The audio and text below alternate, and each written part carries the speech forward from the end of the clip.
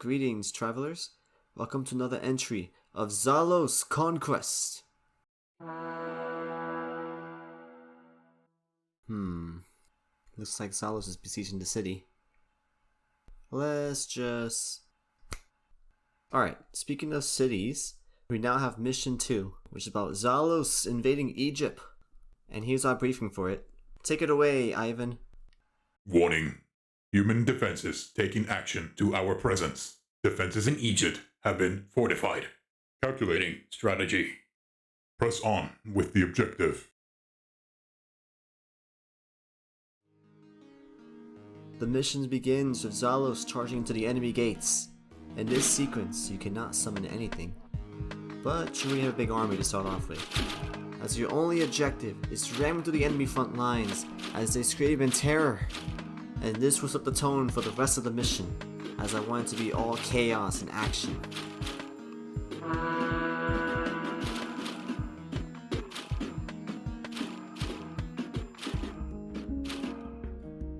Once we enter the city, the gameplay will begin to slow down a bit, as you can now summon troops. We will have to fight through many barricades these humans have set up for us.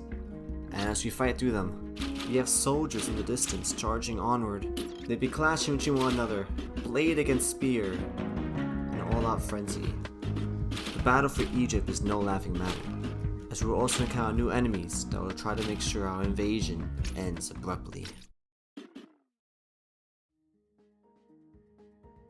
Introducing the Spear Guards.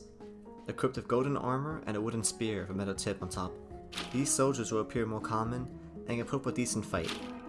They also have the advantage of doing a bigger attack reach than the previous scout soldiers. The General Archers. Equipped with golden armor, a bow with fire arrows, and past battle experiences, allowing them to shoot faster and hit harder than the previous scout archers. They're not too common compared to the regular archers, but they are seen in big groups of enemies, and are the ones commanding the posts, so best be wary when fighting them. Lastly, the Hoplites, the most trusted soldiers and the one that can give you a challenge in the battlefield. They are equipped with golden armor, a shield, a spear, and a trusty short sword. They will start their approach with a shield and a spear to poke damage at you, but when you do enough damage, they will decide to change their strategies and throw their spear at you, to then transition to the short sword for quick melee attacks, as they realize this is not working, trying to change methods and use a faster melee weapon. And while these enemies may prove troublesome, fortunately for us, Xalos also got some nice little upgrades to even out the playing field.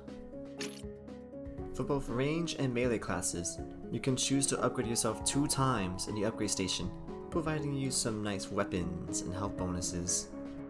For the range class, Xalos at level 2 can shoot blue projectiles for the basic attack, providing some decent damage to the enemies.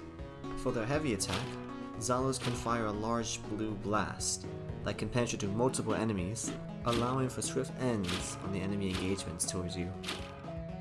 At level 3, you can now summon 2 clones of yourself, as all 3 will shoot purple projectiles, clearing out multiple enemies at once. And for the heavy, you can shoot an even powerful purple blast, as it also spits out a bunch of smaller projectiles as it targets in multiple directions. With this build, the player can solo large groups of enemies with ease, granting they keep their distance, of course. And just a reminder, this is for the range class. The melee is also a menace. At level 2, Xalos' basic attack can now do 2 different swings, the down slash and the up slash, both providing a slightly wider range than the previous, and doing some capable damage too. For the heavy attack, the thrusting weapon becomes slightly bigger, allowing for more coverage and damage to the enemy front lines. With this, the thrusting attack becomes ever more reliable, as it can reach more targets. At level 3, you now have a clone ahead of you, doing sword attacks as well to the enemies. This can be served as free poke damage before the enemies closes the gap on you. The sword animations also have 3 parts now, with the last being a thrust attack that does slightly more damage and more horizontal reach, but at the cost of less vertical range.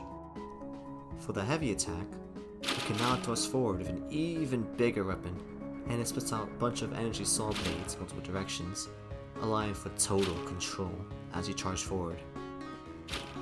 With all these upgrades, this should make up for the new enemies that proceed to stand in your way.